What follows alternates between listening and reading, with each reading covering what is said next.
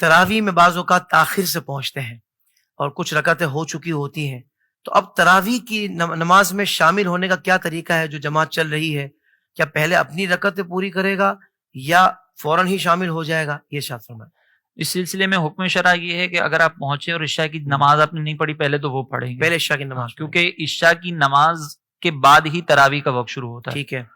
اب اگر آپ نے عشاء کی نماز پڑھ لی اور امام صاحب کچھ رکعتیں پڑھ چکے ہیں تو آپ ابھی امام صاحب کے ساتھ شامل ہو جائیں۔ بعد میں جب وطر پڑھیں گے امام صاحب، جیسے ابھی آخر میں وہاں پہ 20 رکعتیں مکمل ہوئی، آپ کی جیسے 16 ہوئی ہیں، تو وہ امام صاحب تو پہلے وطر پڑھیں گے، پوری جماعت کے ساتھ وطر پڑھیں گے، آپ اپنی بقیہ رکعتیں جو رہ گئی ہیں وہ مکمل کر لیں۔ یہ نہیں ہے کہ آپ پہلے اپنی جو 4-5 رکعتیں رہ گئی ہیں، 8 رکعتیں رہ گئی ہیں، پہلے وہ پڑھیں اور پھر امام کے ساتھ شامل ہو۔